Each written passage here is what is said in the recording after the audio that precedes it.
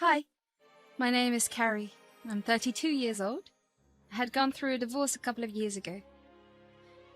As painful as the journey had been, I feel like I'm at a place where I can talk about it, so here I am. I always had a pretty average life. I was average at my studies and had average skills at everything I put my hand to.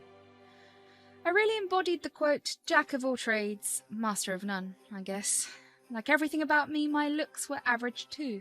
I wasn't by no means ugly, but I also wasn't the kind of person to make heads turn when I walked into a room. I grew up being comfortable with how I looked. I was never self-conscious about my looks.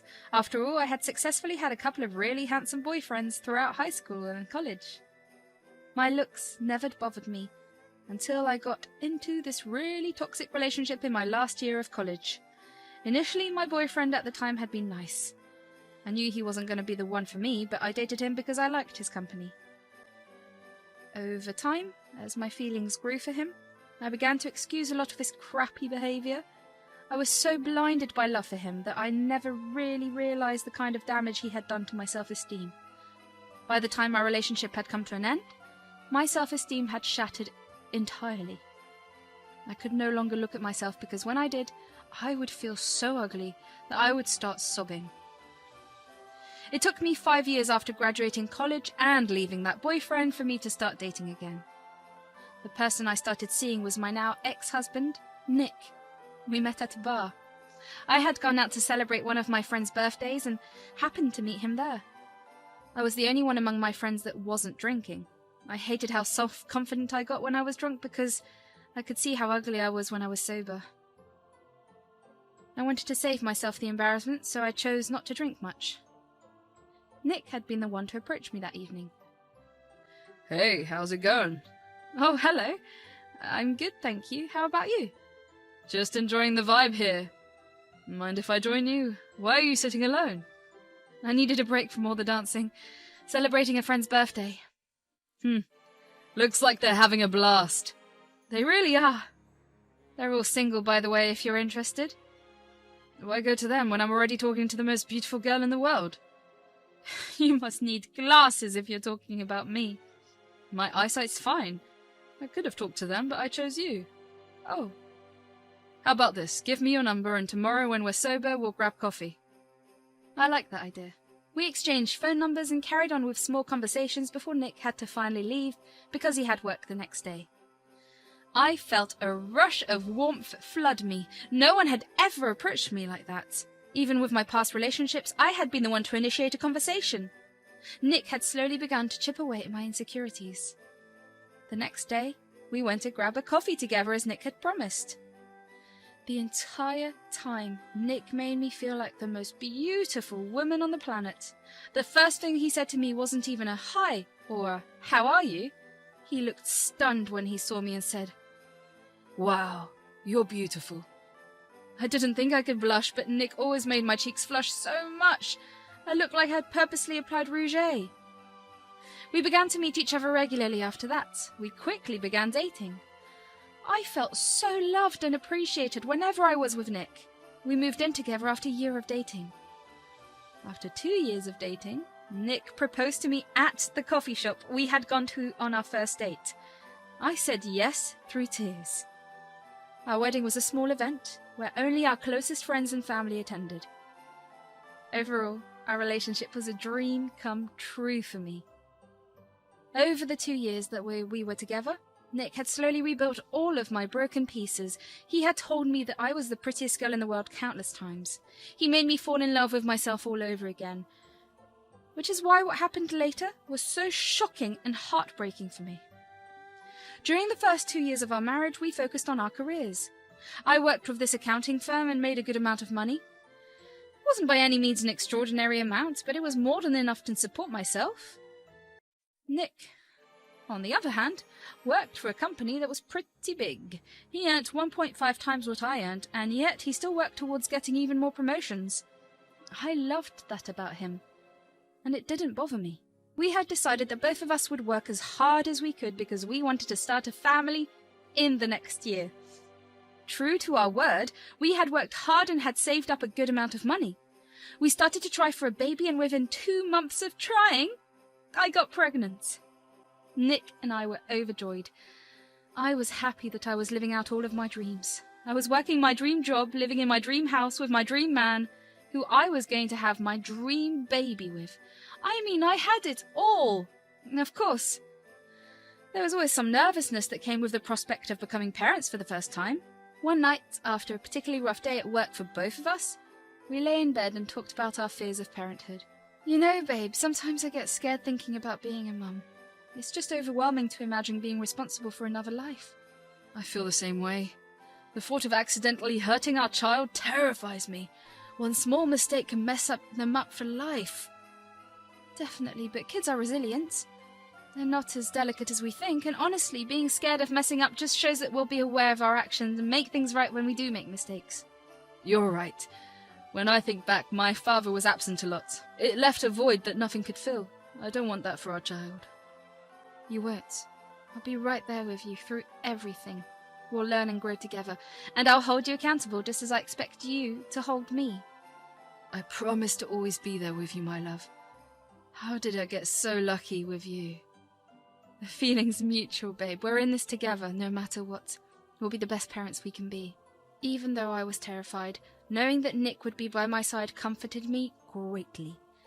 I knew that no matter what life threw at me, he would be there by my side.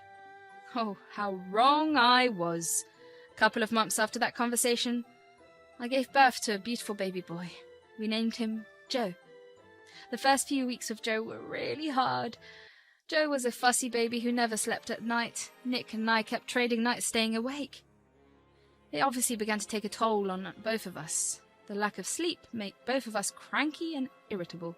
To make matters worse, I had been diagnosed with postpartum depression, or PPD, so I was struggling. Most days I could barely get out of bed. Nick would have to take care of a lot of things. He took care of baby Joe, most of the household chores, and most of the cooking.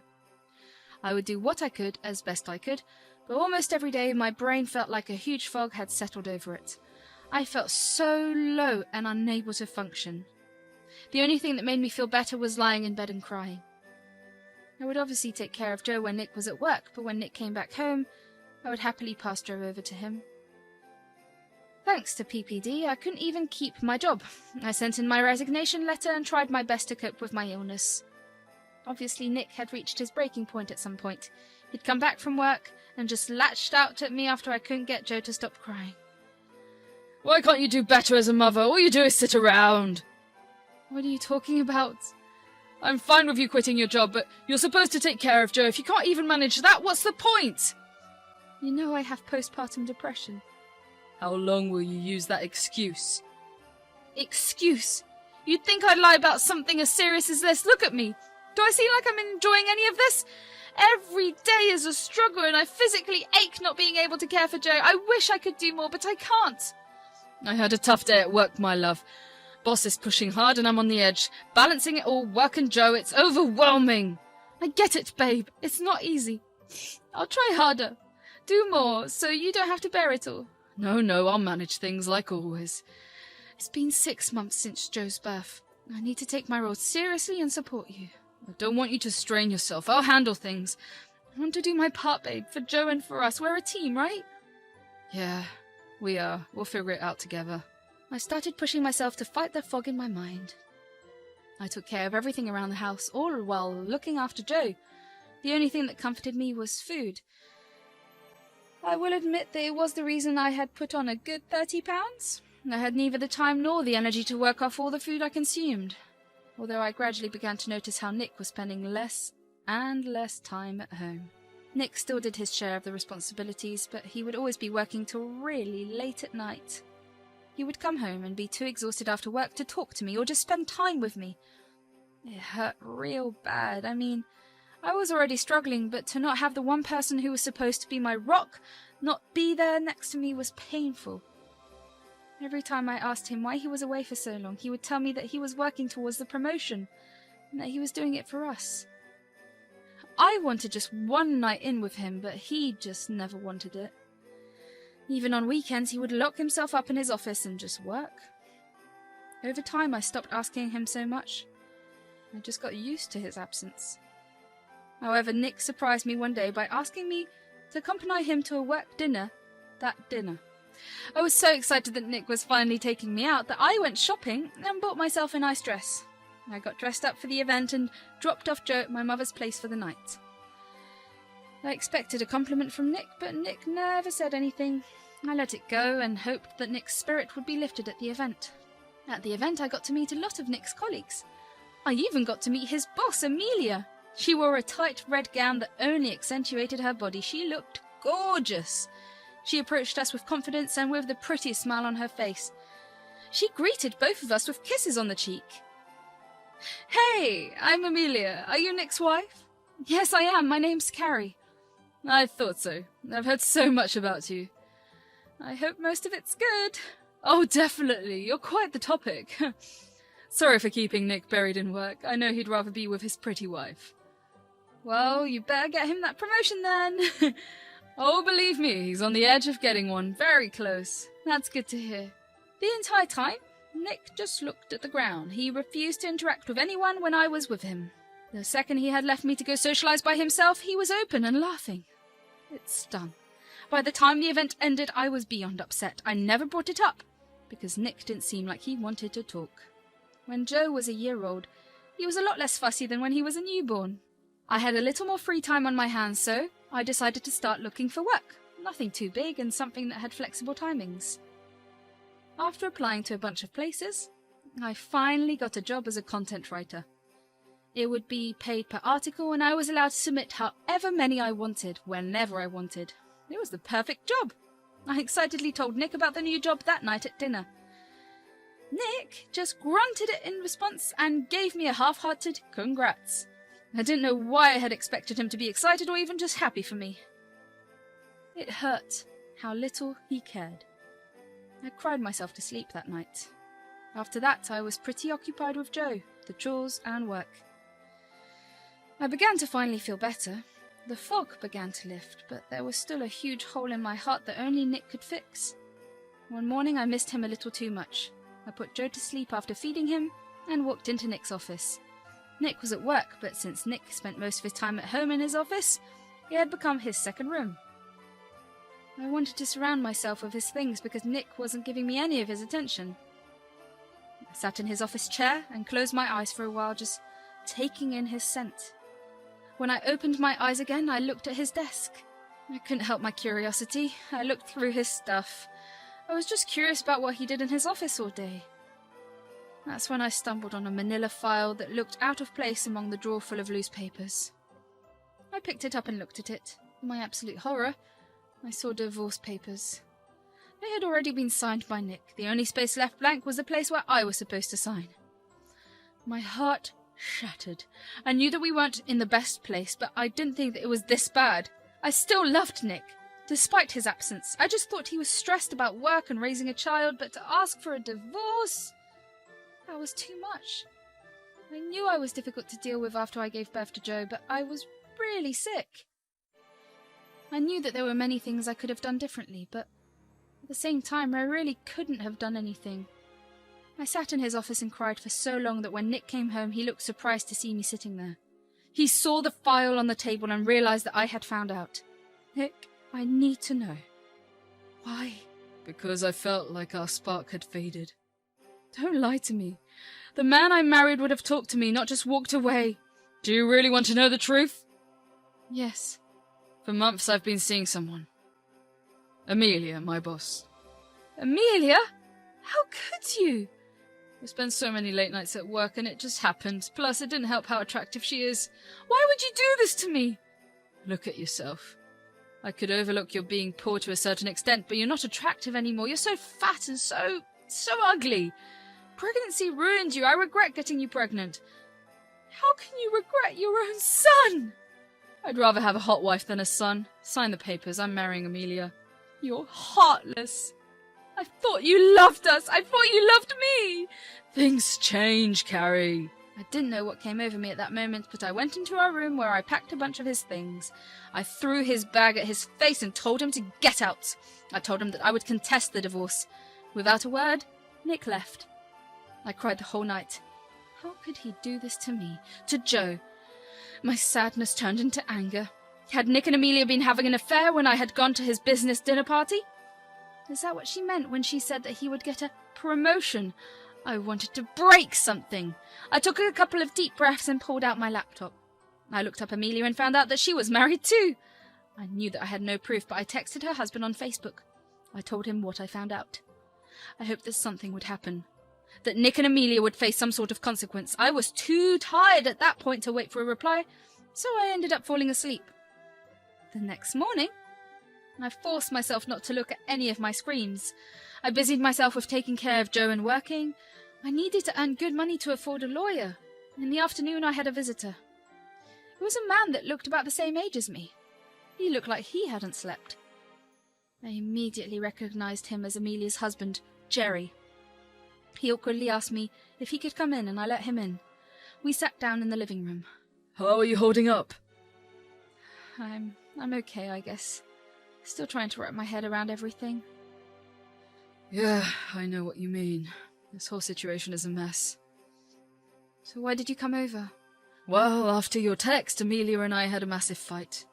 I'm here partly because I needed to get out of my place, and partly because I thought maybe you'd want to get revenge on them with me. Revenge? Yeah, they both hurt us deeply. I figured maybe we could give them a taste of their own medicine. Count me in. Nick not only betrayed me, but he also hurt our son. I'm with you on that. Both of them need to understand the pain they caused. We can show them what it feels like. Definitely. We can't let this slide. We don't deserve to feel this way. Agreed. Following the conversation, we began planning how to get our revenge. Jerry told me that he knew a couple of people in the higher positions of Amelia and Nick's company.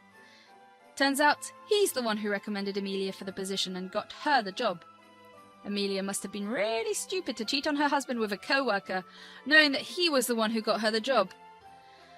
In the meantime, we tried to collect as much evidence as we could of the affair.